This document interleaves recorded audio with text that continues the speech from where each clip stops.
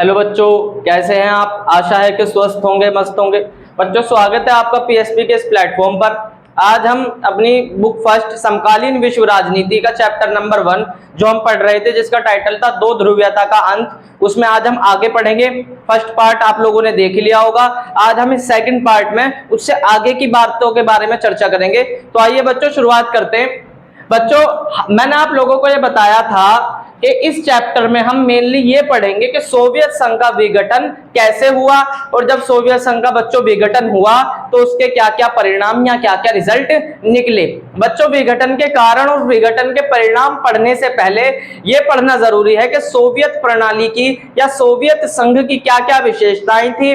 आखिर सोवियत संघ इतना शक्तिशाली कैसे बना, वो एक महाशक्ति के रूप में कैसे उभरा, कौन कौन सी विशेषताएं उसकी प्रणाली की थी। तो आइए बच्चों, शुरुआत करते हैं। जैसा कि आप सब देख सकते हैं कि यहाँ लिखा भी है सोवियत प्रणाली, यानी बच्चों सोवियत सिस्टम के बारे में अब हम डिस्कस करेंगे कि सोवियत सिस्टम किस तरीके का था। तो बच्चों देखेंगे कि सोवियत संघ में प्राकृतिक संसाधनों के असीम भंडार थे, जैसे खनिज तेल तथा लोहा आदि। बच्चों, सोवियत संघ के अंदर सबसे पहली और महत्वपूर्ण बात तो ये थी कि सोवियत संघ के अंदर जो प्राकृतिक संसाधन थे उनके असीम भंडार थे। बच्चों, कैसे भंडार थे? असीम। असीम का मतलब होता है बच्चों असीमित, यानी जिसकी कोई सीमा ना हो। इतनी ज्यादा भारी मात्रा में सोवियत संघ के अंदर बच्चों प्राकृतिक संसाधन मौजूद थे, और यही रीजन था कि सोवियत संघ एक महाशक्ति बन पाया। इसके अलावा बच्चों, यदि हम अमेरिका को छोड़ दें तो सोवियत संघ की अर्थव्यवस्था शेष विश्व की तुलना में काफी अधिक विकसित थी। बच्चों, अगर हम अमेरिका को छोड़ दें तो अमेरिका के अलावा पूरी दुनिया में एकमात्र सोवियत संघ ही ऐसा था जिसकी अर्थव्यवस्था काफी विकसित और काफी उन्नत थी। बच्चों, यदि हम अमेरिका की अर्थव्यवस्था को छोड़ दें तो सोवियत संघ की ही वो अर्थव्यवस्था या इकोनॉमी थी जो पूरी दुनिया के अंदर बहुत ज्यादा डेवलप या विकसित थी। बच्चों, सोवियत संघ की जो संचार प्रणाली थी, सोवियत संघ की जो संचार प्रणाली थी वो बहुत ज्यादा उन्नत थी। सोवियत संघ की संचार प्रणाली बहुत ज्यादा डेवलप थी। बच्चों, मैंने आप लोगों को पहले ही बताया था कि सोवियत संघ के अंदर 15 गणराज्य शामिल थे। 15 गणराज्यों के अंदर संचार की सुव्यवस्थित प्रणाली होना अपने आप में बच्चों एक बहुत उत्कृष्ट विशेषता है जो कि सोवियत संघ की थी।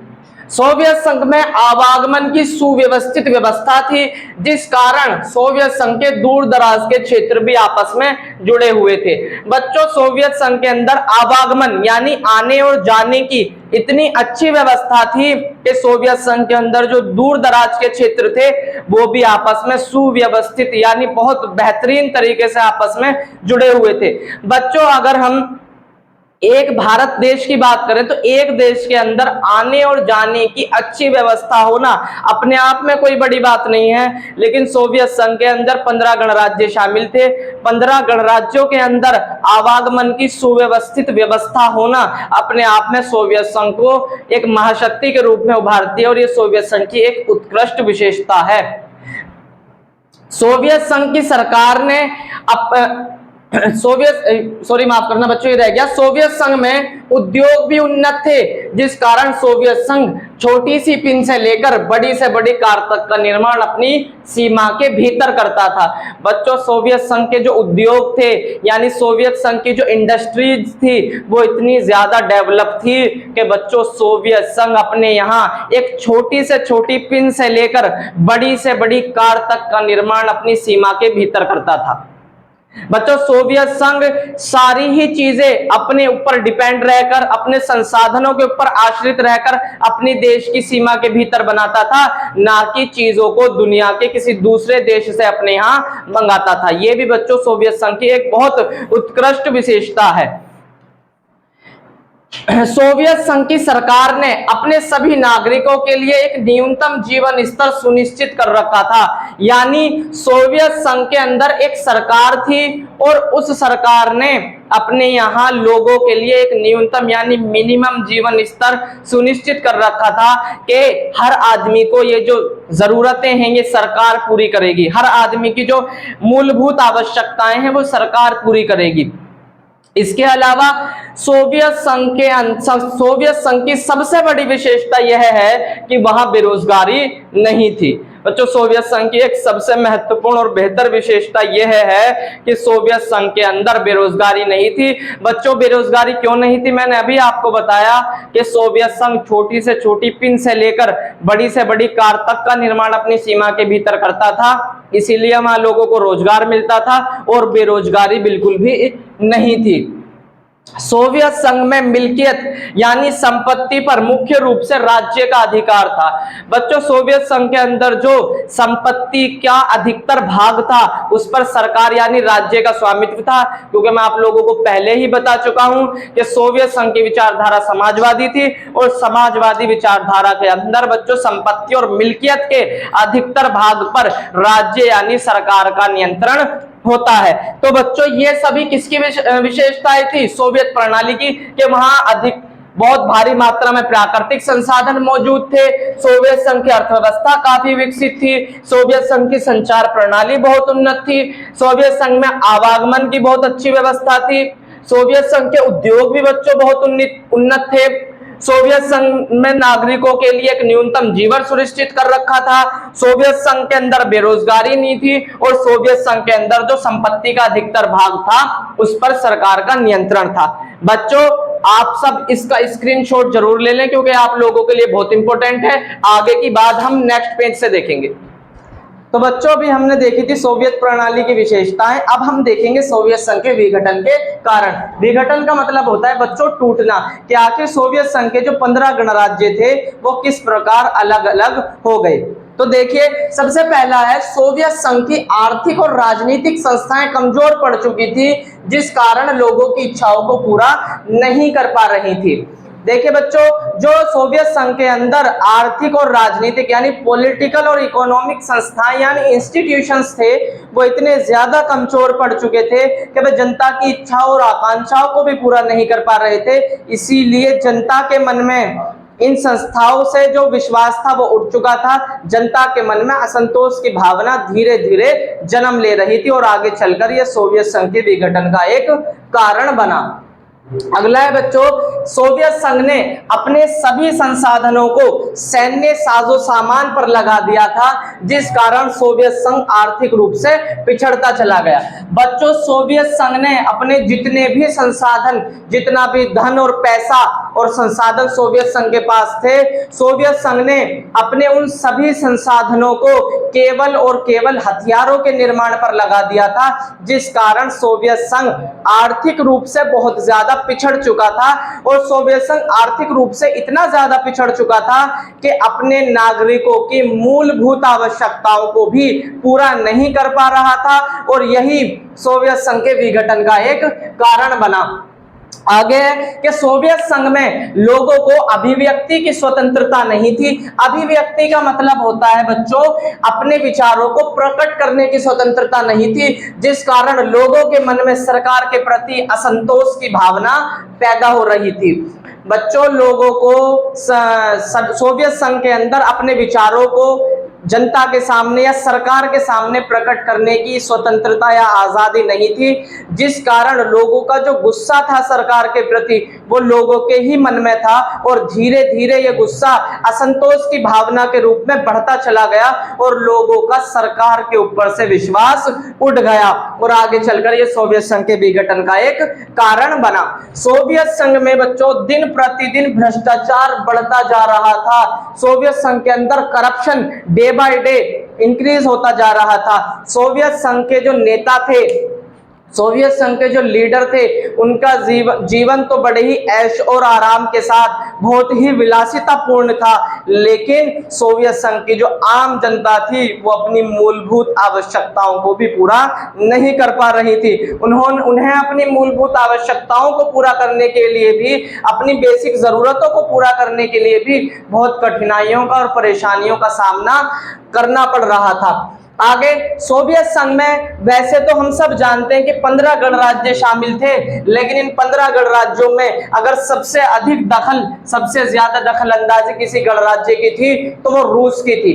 वैसे तो रूस के अंदर 15 देश शामिल थे, लेकिन इन 15 में से हमेशा सबसे ज्यादा दखल यदि कोई देता था तो वह रूस था। वह रूस था जो अपनी सबसे ज्यादा दखल देता था। इस कारण जो अन्य 14 गणराज्य थे वो अपने आप को दमित या दबा हुआ महसूस करते थे और यही आगे चलकर सोवियत संघ के विघटन का एक कारण बना। इससे वो जो 14 गणराज्य थे बच्चों, उनके मन में अलगाव की भावना का विकास होने लगा। उनके मन में ये बात पैदा हो गई कि जब हमारी सोवियत संघ के अंदर कोई सुनी ही नहीं जाती तो क्यों ना हम सोवियत संघ से अलग हो जाएं।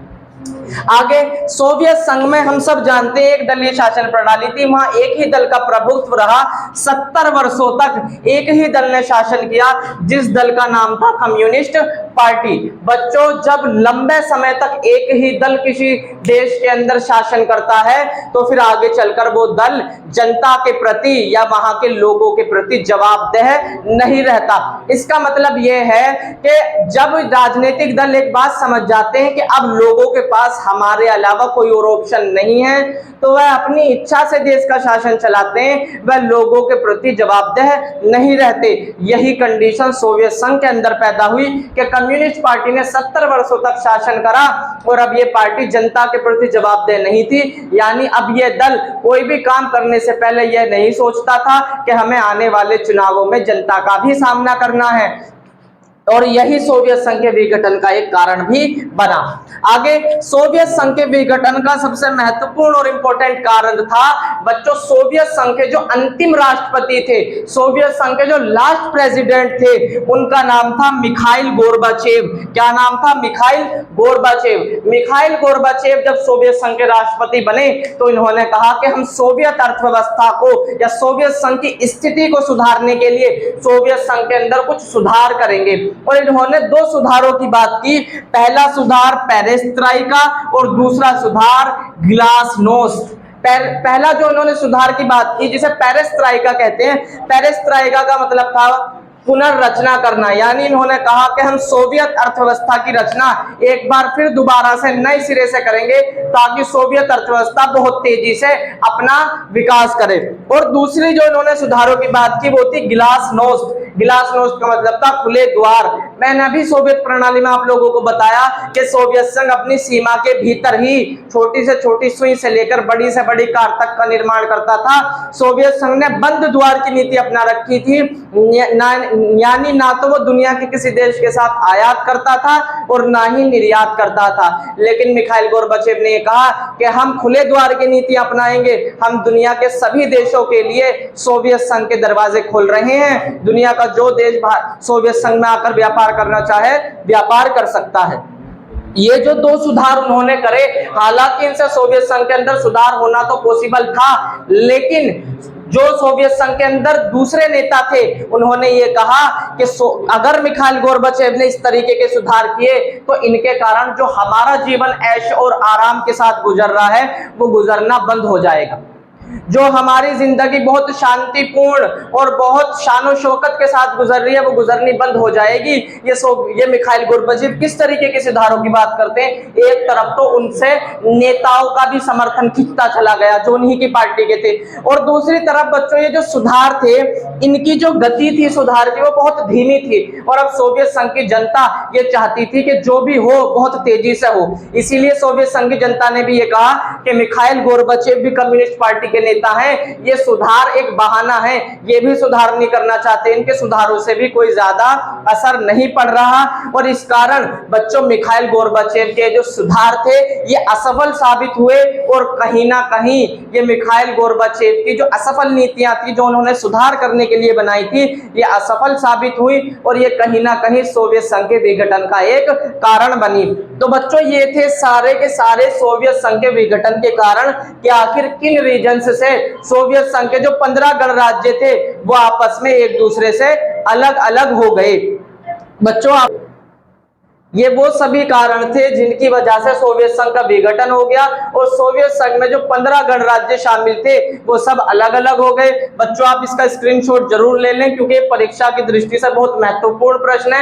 ये पेपर में आएगा कि सोवियत संघ के विघटन के कारण बताइए। और कई बार बच्चों यहां से एक अलग क्वेश्चन भी आता है कि मिखाइल गोर्बाचेव की असफल नीतियां किस कारण सोवियत संघ के विघटन का एक कारण बनी। तो बच्चों अब हम सोवियत संघ के विघटन के जो परिणाम है वो अगले पेज से देखेंगे। आइए देखते हैं।